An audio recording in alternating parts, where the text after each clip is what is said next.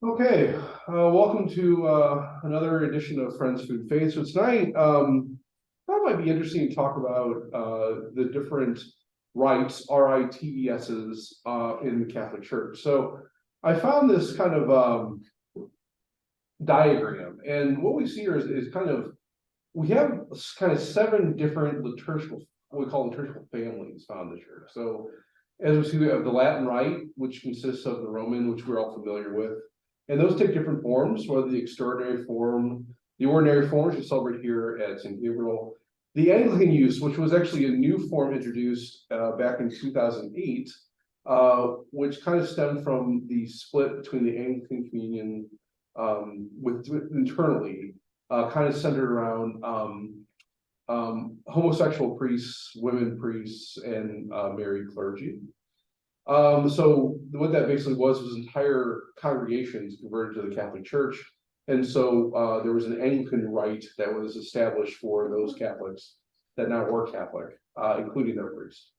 Another kind of more contemporary one is called the Zaire rite, which is primarily in Africa. And a lot of these, what we find is, and this happened all throughout the history of the Catholic Church, is what we call kind of enculturation. So different cultures kind of establish certain traditions, and the church kind of takes what is good and more in line with the faith, and then kind of rejects things that may not be as well aligned with what we understand our faith to be. We also have the Gallican rites, which are kind of more found in mostly Europe. So under that, you have the Ambrosian, the Braga, the Leonese, the Mozarabic. So these are all kind of traditionally found in Italy, France. And so there's still some sects of those rites that are happening today. Then we have the different kind of orders. So even like the Benedictines, the Carmelites, the Carthusians, Cistercians, the Dominicans, and the Premonstrations.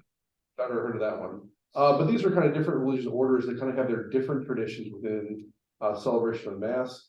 Primarily, you see this not as so much in Mass, but more so maybe in the way that the liturgy of the hours is celebrated. So those are all kind of different kind of aspects of the same Latin rite. Now, the other thing to keep in mind with all of these rites, RITESs, they all have the same structure. So there's always liturgy of the word, and there's always liturgy of the Eucharist. So that does not change. There's always proclamation of the gospel. There's always a Eucharistic prayer given, and there's always distribution of communion. What may change is maybe the different languages, right? Even some of the prayers may be, depending on, or different calendars, depending on what kind of saints are being celebrated on the other day. But primarily, if you were going to go to, let's say, a Ambrosian rite and compare that to the ordinary form of the Mass, there will be differences, but you can still follow the structure. I think Maria's trying to rest. Sorry, Mickey, was that a question? All these unknown calls. But I don't know. Well, we can hear what you guys are saying. So Oh, if you can mute, that'd be great. Or I can probably try to mute it for you. Would you please? Sure. Okay. Great. So then we have the Byzantine. So this was established kind of after the Great Schism of 1054. So we in the history of the church, Rome was always the center of the church from the time that Peter took over that see and died there, which established him as the first pope. What happened is over time, there was a lot of internal turmoil. There was a lot of warring going on around Rome. Different factions would come in and claim ownership of the city-state, then also control the Pope. So what happened was shortly after Constantine came into power, he shifted the capital from Rome to Constantinople, which is in present-day Turkey, now Istanbul.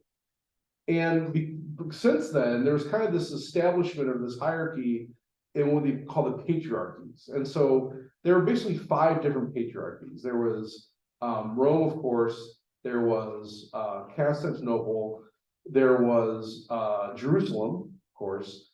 Antioch, which was actually the first see that was established by Peter himself, and is in modern day Greece. And finally, what was the fifth one? Oh, Alexandria.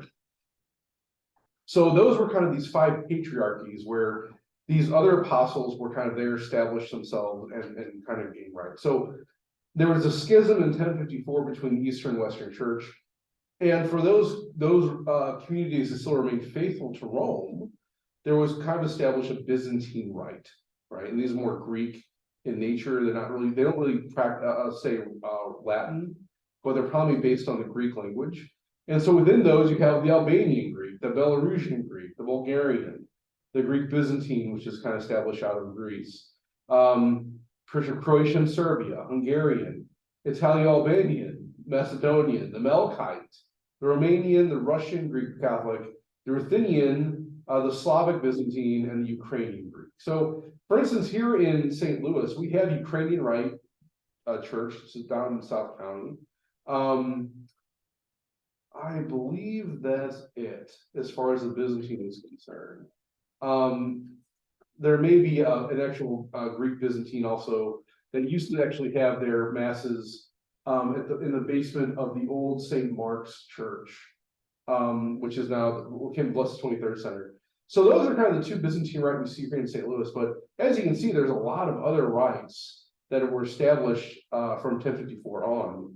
And all these are in line with Rome. All these are unified with Rome. What's kind of fascinating about this, though, is for each one of these Eastern Catholic rites, there actually is an Orthodox rite.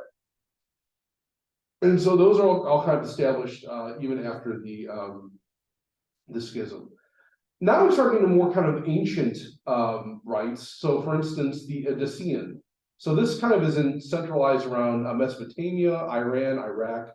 And so you see there the Chaldean and the Syro-Malabar, which kind of extends all the way into India. So it was kind of interesting that when Ignatius Loyola and actually the feast we just celebrated yesterday, Francis Xavier, a couple days ago, when they got to India, what they found there was already Christians. And that kind of stems from the tradition that St. Thomas the Apostle apparently went as far as India before he was martyred. And apparently set up churches there. And that's where he kind of the tradition of the Syro-Malabar Church, all the way from Goa, India, into Persia and Iran. The Antiochian, so these are the Maronites. We have Maronites here, right? We have a cathedral here, St. Raymond downtown. And we share a space with the Maronite rites over at St. Elizabeth of Hungary. The Syriac Catholics, caring for Syria. Then the Syro-Malankara. So these are different than the Syro-Malabar, but they're pretty similar in their lineage as far as that's concerned. We then see the Alexandrian ritual family. So this includes like the Coptic, who are basically in Egypt, and the Gezerite, which is Eritrean and the Ethiopian Catholics down kind of Africa. Finally, we have the Armenian rites, and that's just, there's only one kind of liturgical family that comes out of that, and that's the Armenian Catholic Church. And what's kind of fascinating about that church is that actually, they were the first church to actually establish themselves as a Christian nation. So Armenia actually in 301 established themselves as a Christian church because they were actually outside the Roman Empire. And so they didn't suffer the persecutions of the Roman Empire. So they actually were established their state as the first Christian state even before Rome did.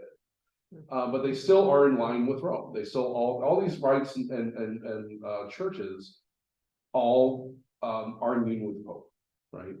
So I think to kind of understand this better, it's probably good to talk about what a church actually is and how we define that. So we understand that the church is one holy and Catholic and apostolic church. So what this basically means is, first of how we define a church. So a particular church was, first of all, the diocese or eparchy is a community of the Christian faithful and community of faith and sacraments with their bishop ordained apostolic succession. These particular churches are constituted after the model of the universal church. It is in these and formed out of them that the one and unique Catholic Church exists. So basically the way we define this is that a community of the Christian faithful in faith and sacraments with their bishop ordained apostolic succession. So as you can see, all of these churches have that. They have all 7 sacraments. They're all in line and understanding of faith and morals, and they all have particular bishops that were ordained all the way back from the apostles. So the apostles themselves established these individual churches all throughout the world right after after Pentecost. They went out and established them. Now, after the Great Schism in 1054, yeah, the Eastern Rite Church, Eastern Orthodox Church that broke apart and maintained the same traditions as Eastern Catholics. And so if you were to go to, let's say, I don't know, Hungarian Greek Catholic Mass, and they used to have those down at the old Mary Queen of Victories. And they still have some of that going on, but right now it's really more Roman Rite with some Greek or some Hungarian mixed in. If you were to go to a Mass though in the Hungarian Greek Rite of the Catholic Church, and go to a Hungarian Orthodox Church, which aren't too many of those around anyway, you wouldn't be able to tell the difference. Because even the Orthodox Church meets that criteria. These are churches that are united in faith, Christian faithful, and faith and morals, centered around a bishop. There's only What's the difference difference between, like, what makes it Orthodox? The only difference that makes it Orthodox or Catholic is the fact they broke away from Rome. Oh, Right. So the Orthodox, so for instance, down the street here on Nottingham, there is I think the Romanian Orthodox. Now the corresponding Catholic church that would be the Romanian Greek Catholic. But if you were to go to the Divine Liturgy at St. Theodore there on St. Thomas there on the corner, and then go to another Romanian Greek Catholic church, you wouldn't be able to tell the difference between the two services. The only difference is they are not in line with Rome, and the Greek Catholic are in line with Rome. Now you can still go to that. So here's the other thing too. If you were go to what they call the Divine Liturgy, so all these churches, what kind of separates them from the Latin Rite is they only celebrate what they call the Divine Liturgy, which is basically the Mass, on Sunday. They don't have a daily Mass like we do in the Latin Rite. And the reason for that is because many of the Greek churches, the Eastern Church, I should say, they allow their clergy to marry. And so part of that would be part of the celebration of the Divine Liturgy, and this goes actually all the way back to the Levite tradition in the Jewish faith, was to maintain abstinence for a certain period of time before you actually would celebrate the rites. So like for instance, when Levites, when they were scheduled to perform and minister in the temple, they would have to maintain some continence for about 24 hours before they did that. So that means they couldn't have a relationship with their wife, they could have to maintain pure, and then they were eligible to go into the temple and offer sacrifice, what they got to do. The Eastern churches take that same tradition. So 24 hours before the divine office, they are to refrain from marital action and maintain that purity before they actually celebrate the Divine Liturgy. In the Catholic Church, we do it all the time because, well, we're celibate, so we don't have to worry about the whole, maintaining that purity thing. I mean, we do, but not that simple. So that's kind of what that comes down to. But yeah, whether you're Greek Orthodox or Eastern Catholic, there is still the same sacraments, the same really morals and faith. And they're all centered around a bishop. So even the East Orthodox have apostolic succession, that they have bishops that were ordained by bishops all the way back to the apostles. The only difference was that in 1054 there was a split in that church. And so each side maintained proper orders and maintained the same sacraments, but one was in line with Rome, the other one was not. And it wasn't really until recently until there was this understanding of okay, we really are saying the same things in different languages. And so that caused a lot of reunification. And with the hope that within our lifetime, the Orthodox churches would actually reconcile with Rome. Even the excommunications were lifted back from 1054 on each church. So that allowed Catholics to go and celebrate in East Orthodox, with the exception of saying, let's be respectful of them. And if they don't want us to be there, we wouldn't go. But if you were in a pinch and let's say you stuck into the Romanian Orthodox Church and to go to the Divine Liturgy and receive Eucharist, you would be filling your obligation. so the only real difference was that they wanted to be able to have the right to marry? No, that wasn't even it, because even the Catholics in the Eastern churches have the right to marry. It's only the Latin rite that actually maintains celibacy. It was really more the understanding of who the Pope was, and this really, unfortunately, a lot of it really just stemmed around political issues. So what it really came down to was, well, there's two things. I mean, there was a lot leading up to this, and there was a lot of schisms, and there was like kind of reunification. And what kind of finally broke the camel's back was, the Pope, under his own authority, added the word filioque to the Nicene Creed. Now, all that really means is all filioque means is also with also the Son. So when we say in the Creed, the Holy Spirit proceeds from the Father and the Son, that's what the filioque means. The Eastern Church, the Eastern Orthodox Church, kind of raised some issue with that because they wanted to say that the Son processed from the Father and the Holy Spirit from the Son. So in other words, instead of the Holy Spirit from the Father and the Son, it was coming from the Son was coming from the Father and the Holy Spirit coming from the Son. In actuality, in actual belief, it doesn't matter. It's really the same thing. But what happened was there was some umbrage taken with the fact that Pope did this. And because of that, the Eastern Orthodox established their own patriarchate in Constantinople and broke from Rome. And they were basically kind of arguing that the Pope doesn't have the authority to actually make those changes. The Pope was a first among equals. He may have been, the head of the college, but he doesn't have the authority to actually make those dogmatic and doctrinal statements. Okay. Now, what's kind of funny is that really has never been the case, because every doctrinal and dogmatic statement only became that way because the Pope promulgated it, even in ecumenical council. And there's some understanding, I think, now, which was hope for unification, but primarily what it came down to was Constantinople thought they were Rome, and they should have more authority than they actually did. And so because of that, they decided it's really more a political move to break away from Rome, and that's kind of why the schism happened. And unfortunately, it still happened today. Again, there's been some movement. One of the problems that has kind of stymied that movement was ever since Vatican II, we maintained these dialogues with Eastern churches, Eastern Orthodox churches.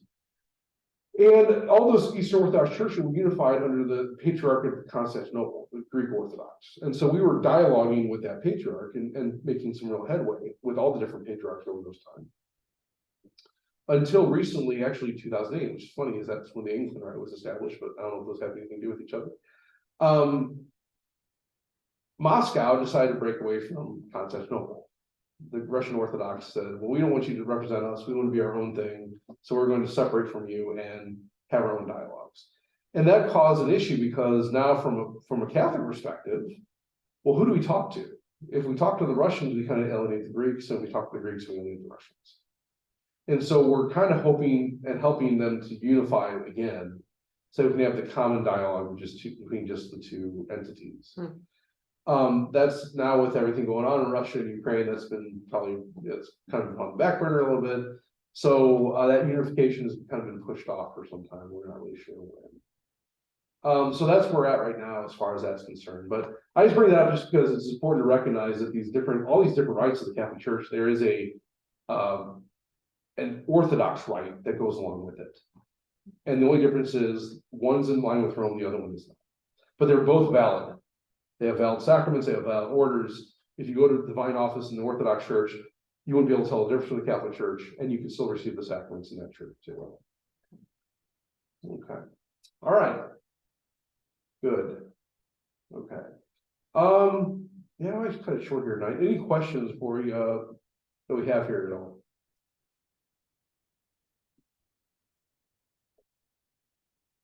I don't really want to cut it short. Just I have to go do benediction here in about 10 minutes, so I want to make sure that we also get any questions that anyone has. I thought it was kind of a nice diagram that was given, and I found this online. I think it was really kind of condensed, and also does a really good job of showing the different liturgical families that we have. But these all 6 liturgical families will make up the Catholic Church, and these are all Catholic. So that's the other thing too. A lot of discussion has really been happening recently concerning the extraordinary form and really the suppression of it. And it's kind of unfortunate because there's a lot of beauty in it.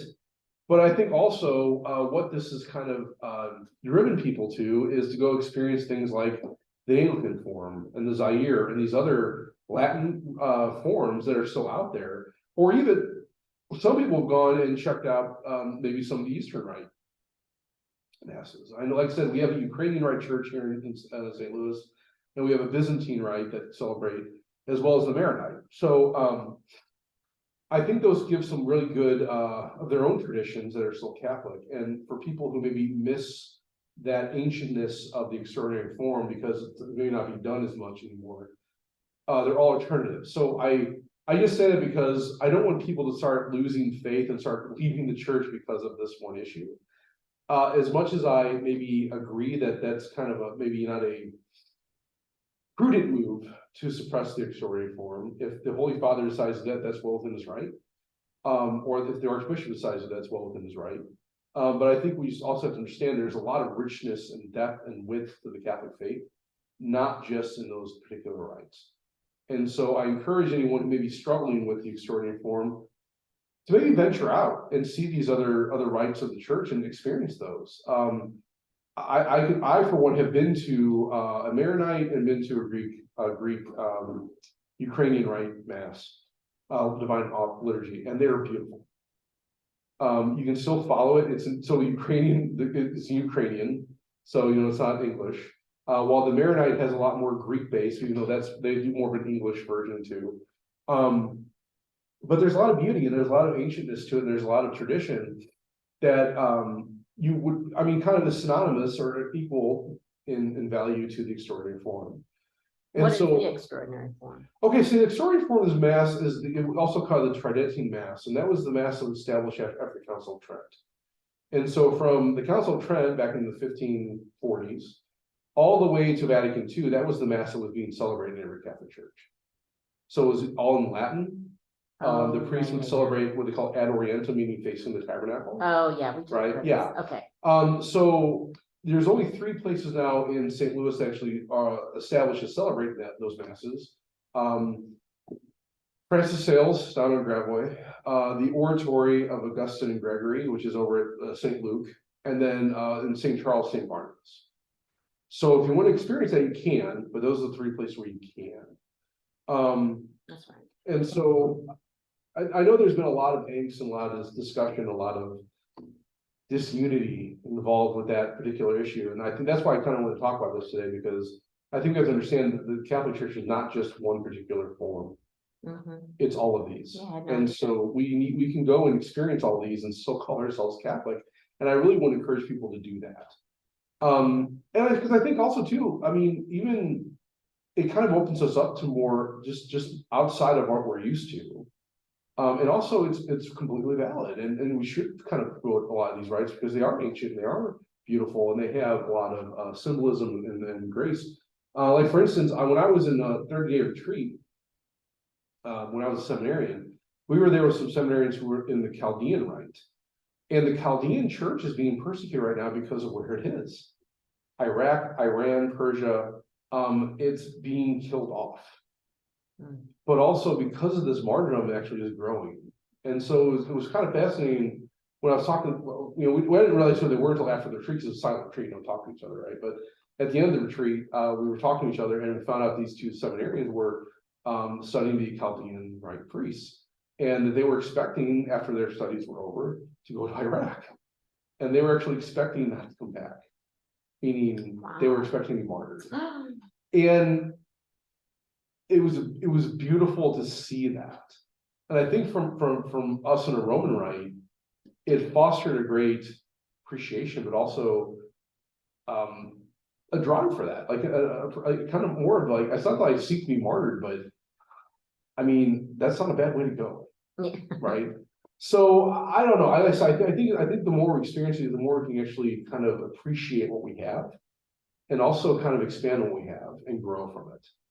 So I encourage anyone to kind of check these out and research, see what we have in your particular areas. And if you find one of these churches in your area, don't be afraid to show up and go. You can receive the sacraments from them. They're valid.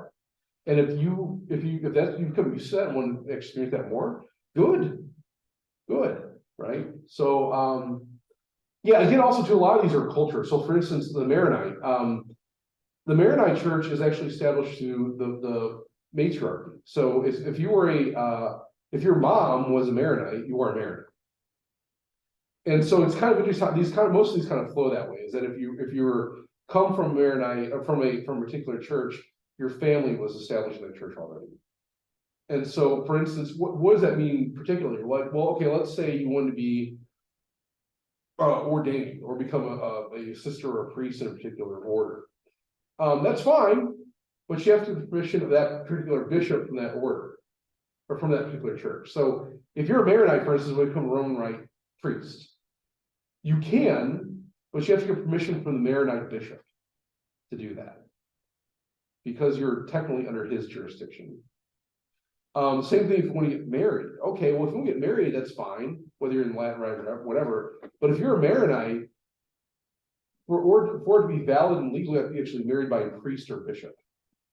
Well, in the Latin Rite, we say as long as a deacon, priest, or bishop is there, you're fine. It's a little bit different approach to the sacraments and like their understanding, but it's all part of the Catholic Church. So, yeah. Well, that's all I really have for tonight. Kind of short and sweet, but I think it was a good, kind of good brief introduction to these things. So, I think I got my point. I had no idea. Yeah. All right. Well, if there's no other questions, we'll go ahead and call it a night. And I have to go to benediction. So thanks for coming. And we'll see everyone next week for Bother and Bother.